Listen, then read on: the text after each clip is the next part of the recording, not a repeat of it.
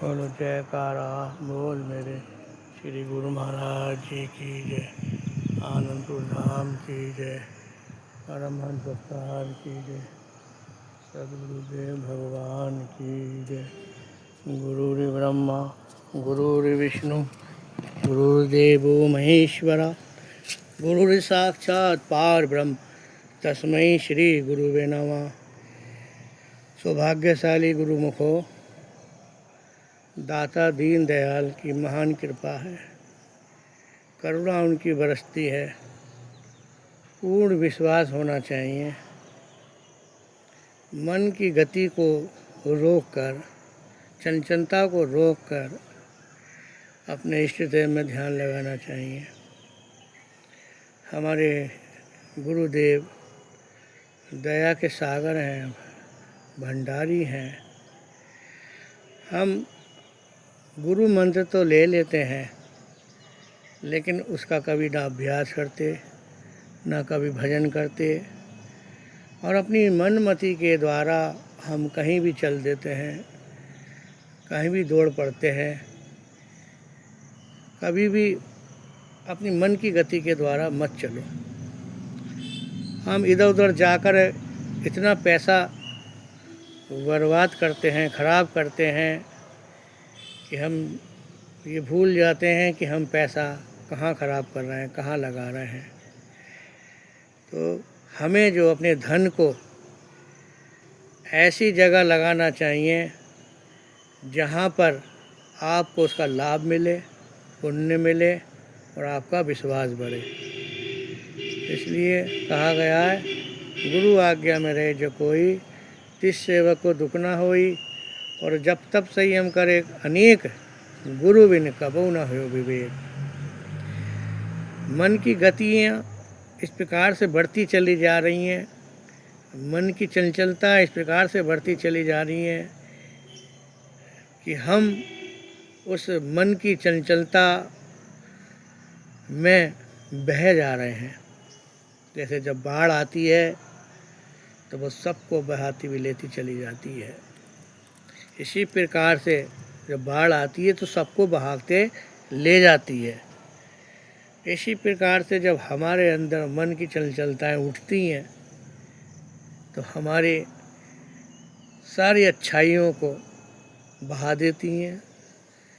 जितना भी हमने धर्म पुण्य भजन किया वो सब उसको बहा के ले जाती हैं। जैसे जब बाढ़ आती है तो अच्छे अच्छे मकान, अच्छी अच्छी चीज़ों को भी बहा के ले जाती है, बुराई। तो इसी प्रकार से हमें अपने मन की चंचलता में नहीं चलना चाहिए। अपने इष्ट देव पर पूर्ण विश्वास करो, उनकी साधना करो, उनके नियम पर चलो। कहा गया करो तो डरो और ना करो तो डरो। हम गुरु मंत्र लेने के बाद ये भूल जाते हैं कि हमने क्या वचन दिया। जिस प्रकार से शादी एक बार होती है, दो बार नहीं होती है। अब अपने मन के बहका में आके, काम वासना में आके तुम 2 शादी कर लो, 3 कर लो, 4 कर लो, 5 कर लो, जिसका कोई महत्व नहीं है। क्षण भर के आनंद के लिए, क्षण भर के आनंद के लिए वो अपने धर्म को, अपने ईमान को भ्रष्ट कर देता है। और जब क्षण भर का आनंद उसका समाप्त होता है तो उसे लगता है कि मैंने अच्छा नहीं किया। जानता है, शराबी शराब पीता है और कहता है कि मैंने अच्छा नहीं किया, कल से नहीं पीऊँगा, फिर पी लेता है। ऐसे ही हम बार बार बहकते हैं, बार बार भटक जाते हैं। हमें भटकाने वाले बहुत मिलेंगे, हमें बहकाने वाले बहुत मिलेंगे, लेकिन हमें सत मार्ग पर सत दर्शन कराने वाले, मार्गदर्शन कराने वाले वो केवल एक ही हैं, दाता दीन दयाल श्री परमहंस अवतार। एक ही सबको तारते हैं और एक ही सबको डुबा भी देता है। तो इसलिए हमें पूर्ण विश्वास कर कर अब जहाँ हमने मंत्र लिया उस मंत्र का कभी भी उल्लंघन न करो, कोई ऐसा काम न करो जिससे आपका सब किया कराए ख़त्म हो जाए। जो भटक कर अपने गुरु के नियम को भूलकर, मंत्र देते समय जो समझाया उसको भूलकर अपनी मन की चंचलता में कुछ कर रहा है, तो ये ध्यान कर लेना, चाहे वो मैं हूँ, चाहे वो तुम हो, चाहे वो अन्य कोई भी हो, उसका अंत बहुत खराब होगा। इतना खराब होगा, इतना खराब होगा कि वो किसी से कहने लायक नहीं रहेगा, किसी को बोलने लायक नहीं रहेगा।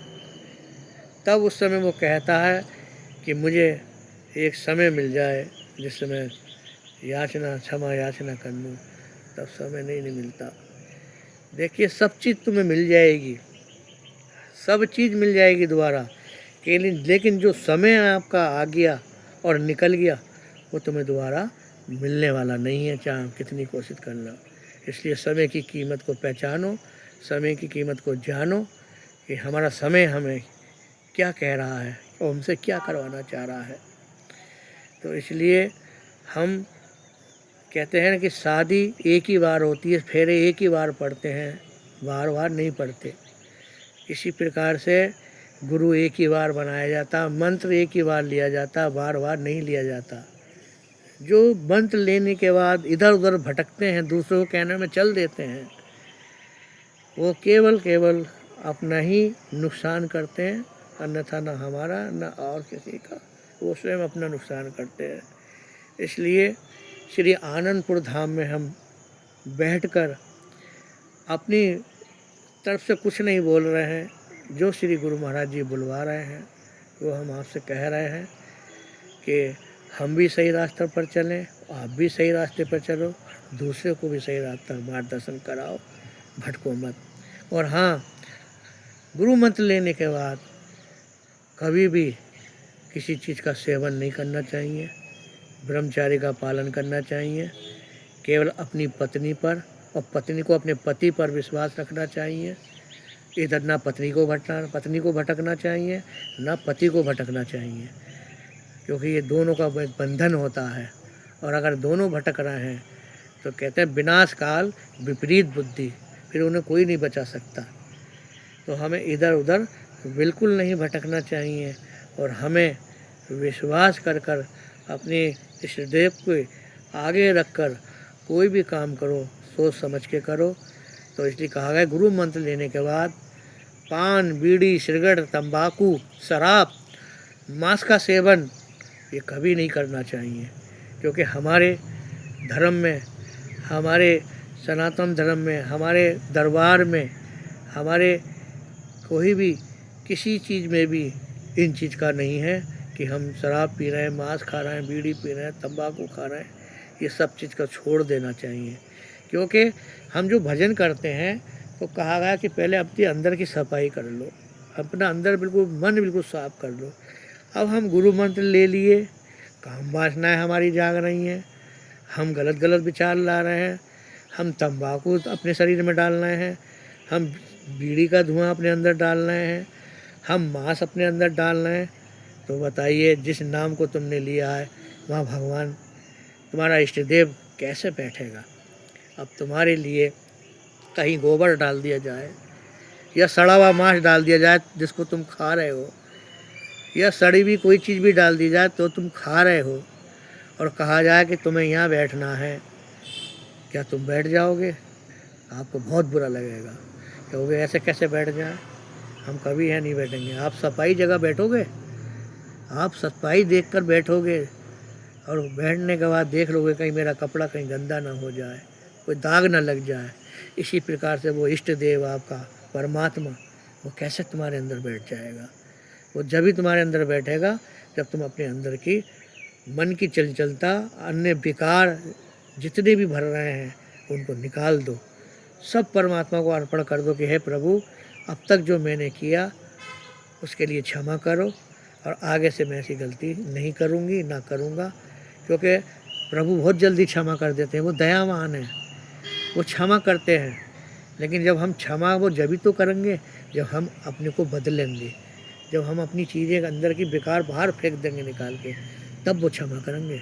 ऐसा नहीं है हम क्षमा मांग लिए फिर वही गलती कर लिए, हम फिर क्षमा मांग लिए फिर वही गलती कर लिए, हम क्षमा मांग लिए फिर वही गलती कर दिए। तो कहा गया, श्री कृष्ण भगवान ने कहा, श्री कृष्ण भगवान ने शिशुपाल से कहा कि 108 गलती तेरी माफ़ करूँगा, 108 गलती माफ़ करूँगा, और 108 से जब तेरी गलतियाँ ऊपर हो जाएंगी तो फिर तेरा विनाश निश्चित है। वो अभिमान में इतना भरा हुआ था, इतना भरा हुआ था कि मेरा कोई कुछ बिगाड़ नहीं सकता, मेरा कौन क्या बिगाड़ सकता है। और उसने भगवान का अपमान किया, अब शब्द बोले, गंदे गंदे शब्द भगवान को बोले। आप देख सकते हो महिमा कृष्ण भगवान की। भगवान कह रहे हैं कि शिशुपाल 100 गिनती हो चुकी हैं, रुक जा अब भी, फिर भी नहीं रुका वो, चलता गया भगवान, गिनती गिनते गए, जब 108 हो गई तब भगवान ने कहा कि शिशुपाल रुक जा, अब भी तुझसे समझा रहा हूँ, फिर भी वो नहीं माना, वो 108 से भी ऊपर चलने लगा। तब श्री कृष्ण भगवान ने सुदर्शन चक्र निकाला और उसके गर्दन को साफ कर दिया, सबके सामने गर्दन उड़ा दी, उसका विनाश हो गया। तो इसलिए जब बार बार हमें भगवान किसी न किसी रूप में, गुरु के रूप में, संत महात्माओं के रूप में हमें चेतावनियाँ देते हैं कि ऐसा काम मत करो जिससे तुम्हारा विनाश निश्चित हो और तुम ज़िंदगी भर भटकते फिरो और नरक में जाओ, तो नरक वाला काम मत करो। तो मेरी सबसे यही प्रार्थना है, अगर मैंने कोई गलत शब्द बोला हो, किसी को मेरे द्वारा ठेस पहुँची हो, तो मुझे वापस कर देना और जो अच्छा लगा हो उसको ले लेना। जय सच्चिदानंद, जय सच्चिदानंद, बोलो जयकारा, बोल मेरे श्री गुरु महाराज जी की जय, बोल सच्चे दरबार की जय, श्री आनंदपुर धाम की जय, मेरे गुरु महाराज जी की जय।